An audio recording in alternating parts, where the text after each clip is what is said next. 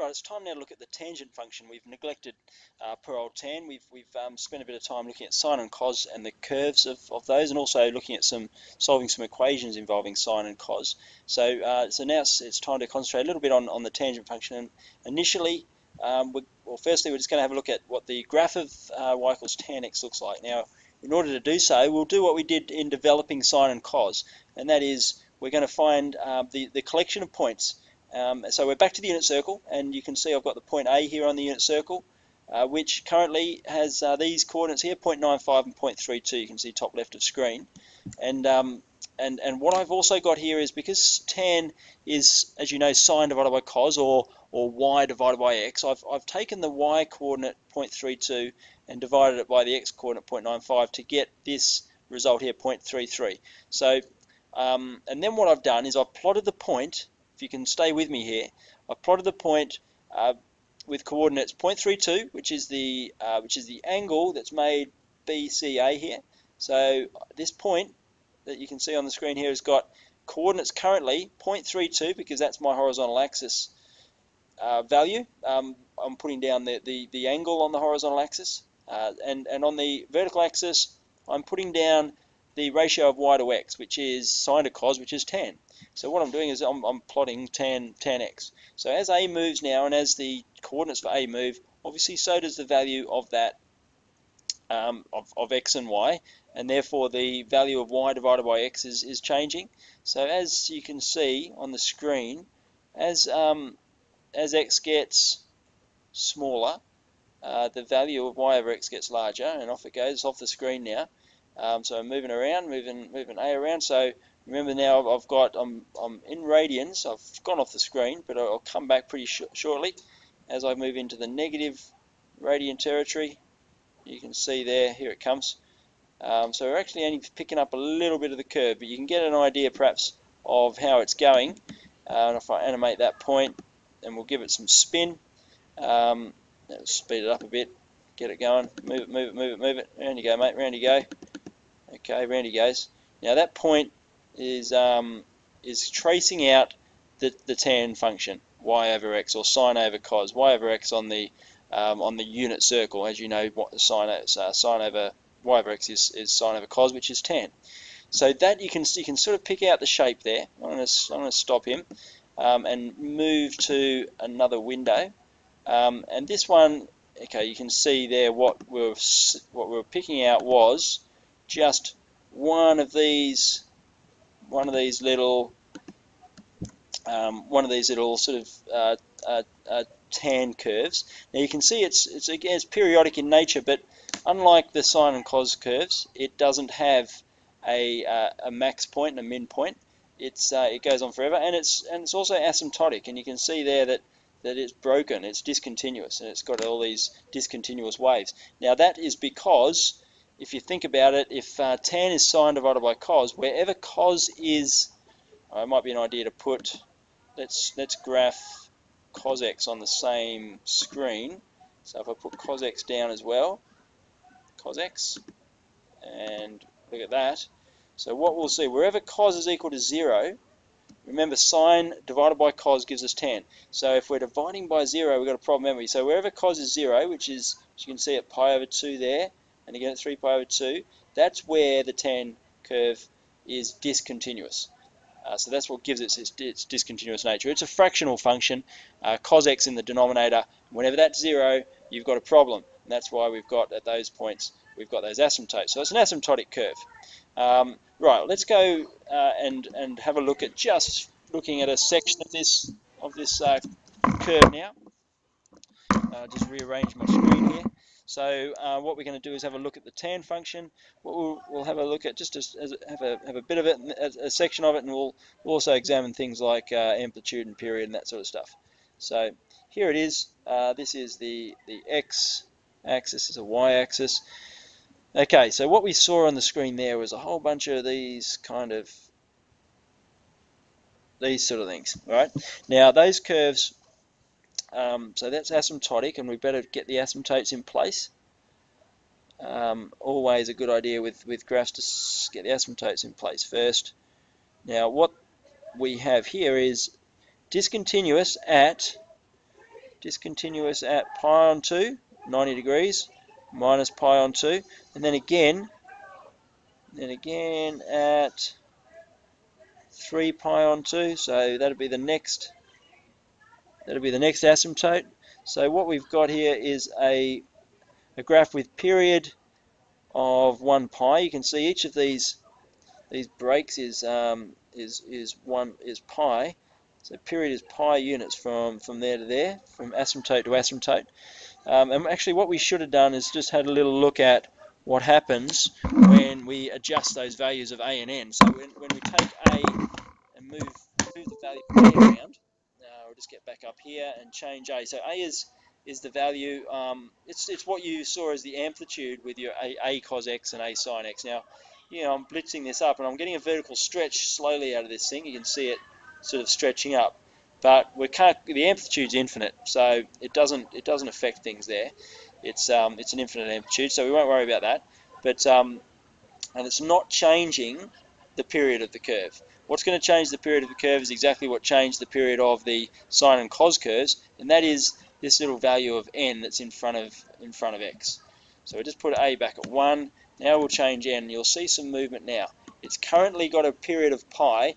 Now let's have a look. As n increases, it tightens up, obviously, and what will happen is that, just like with your cos and sine curves, it'll be divided by 2 for tan 2x. So the period has gone there from pi. Now you can see the asymptotes are only separated by pi on 2. And if we go back the other way, we go right back down to 1 and then less than 1, then what we'll do is we'll get a stretch. So if we pull it back to 1, now we've got it back at, you can see the period is pi again. Now as we stretch it back out to, say, a half, which is always a good one to check it out at, our period now goes from pi to 3 pi, so our period's gone out to 2 pi.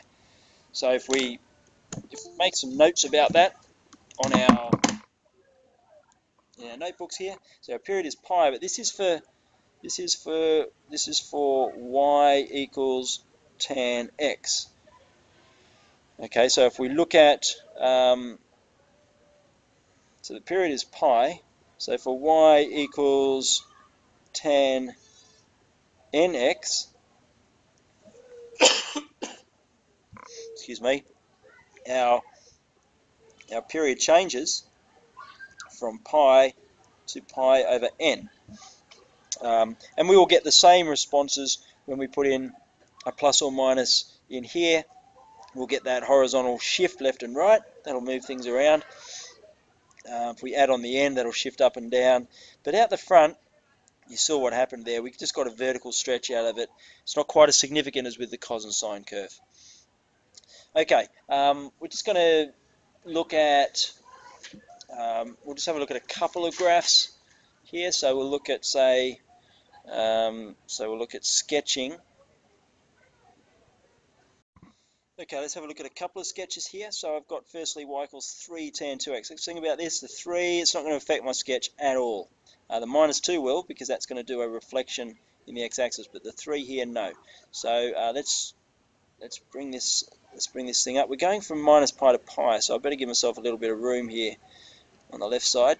So drop in an x and a y-axis. Now this, importantly, the 2, right, indicates for me that my period is equal to pi over 2. Okay, so I'm going through the origin, and what I'm going to do here is I'm just going to sketch it out. It's going to sketch it out through the origin. Now my period's pi over 2, so that means that from asymptote to asymptote, I have got not much room to move. I've got to go here.